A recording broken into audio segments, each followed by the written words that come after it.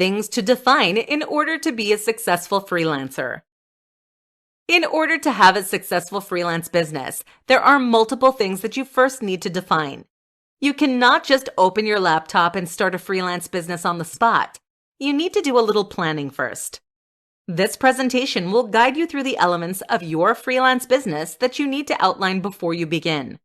This will give you a solid foundation for your work and will help you succeed. Firstly, you need to define what your big picture goals for your life are. This will help underpin the remainder of your business. You need to think about what you want to do with your life. While this may seem extreme, it will help with the decision-making process for the remainder of the business planning phase. What are your big picture goals for life? You need to think about the hours that you want to work, the location that you want to work in, and the level of stress you want to undertake, as you will now be in control of, well, everything. You can model attributes of your freelance business based on your ideal life. Think about the level of work you want. There is no use signing on to long, ongoing projects if that's not the work you would prefer. If you want shorter-term clients because you work better that way, then by all means, structure your business to suit this. If you would prefer to work fewer hours, then do so. Just make sure you can support yourself financially first.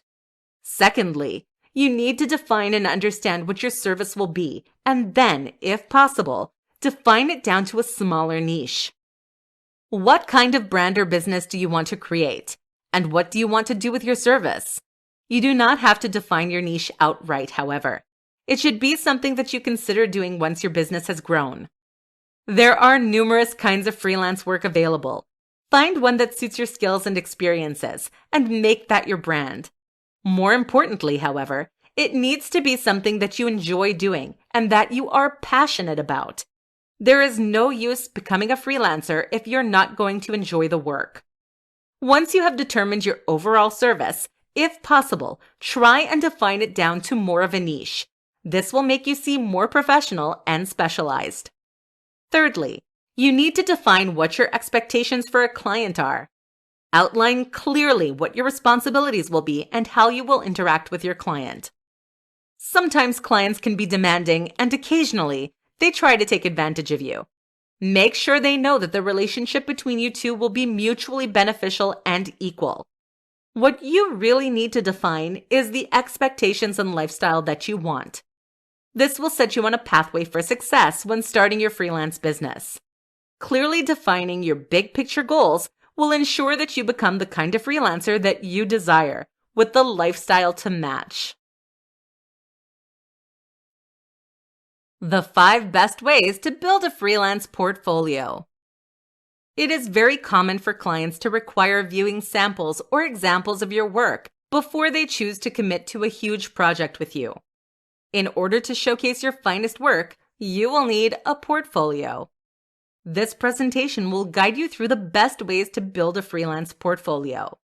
The best part of these tips is that many of them are applicable, even if you do not have too much experience.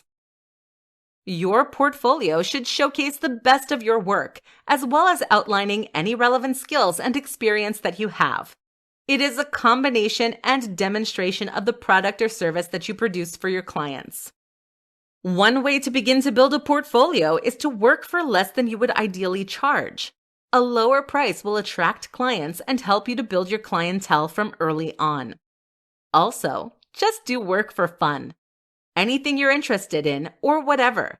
Take time to write or design or produce, assuming your product is a tangible physical service. Make content and get it out there. Spending some of your spare time creating quality content to fill your portfolio will add incredible value to your business, as well as helping you to determine exactly what services you will provide. Not only does this build your portfolio, it is also a great way to build experience. Working for free is another option, but some people advise against it. While it is entirely personal preference, in some circumstances, working for free is seen to devalue your work. But on the other hand, it is a fantastic way to gain experience and to make connections in your industry. If you lack experience and can withstand it financially, then it is a great option. Another tip to building a portfolio is to start your own blog. This will require that you consistently update and create content within your area and will showcase your skills and abilities. While this does not work for all freelancers, even if you are not strictly a writer, writing content that is relevant to your service makes you an authoritative voice in your industry. Sharing such content on social media is a good way to draw attention to your business. If it is possible, bring over any work from your past jobs that is relevant to your freelance business. If possible, legally, of course. You can remove these as you gain experience on your own, but it can be a way to showcase your skills when you are just starting out. You should also keep your portfolio up to date with new content, and you should revise and grow your portfolio as your business does. There is no use showcasing poor examples of past work when hopefully your work gets better with time and improves. Updating your portfolio to highlight successful projects will show your talent and skill to your future clients. Having an up-to-date portfolio is an essential method of adding value to your freelance business and allows you to advertise your services in an effective way, with minimal effort on your part. The best advertisement is, at the end of the day, a quality service. For that reason, the best way to build a portfolio is to have a quality product that attracts clients and influences them to work with you. 4 reasons to persevere with a freelance business. Starting a freelance business can be hard work. While at times it can be tempting to want to quit and find something that requires less responsibility and effort, persevering and continuing with a freelance business is one of the most rewarding things you can do. This presentation will outline some of the top reasons to persevere with a freelance business. In order to offset some of the initial stress, some people initially start part-time freelancing whilst working another job in order to gain a good foundation before committing to a full-time freelance.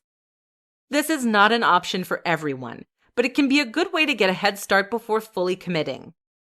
With a freelance business, the opportunities are endless, both for your lifestyle and for your business. You now have the ability to work from anywhere you can dream of and work whatever hours you choose to work. Having a freelance business means you have the choice to live and work however you choose. There are almost no limitations or constraints to a freelance lifestyle, and you cannot achieve these any other way.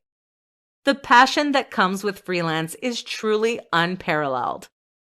Freelance work is never boring. You have the ability to choose the projects that you undertake, as well as the people you work with. If you choose, you can work with different people on different projects each month.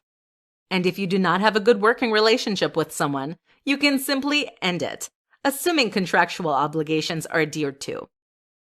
Gone are the days of having to put up with an annoying coworker.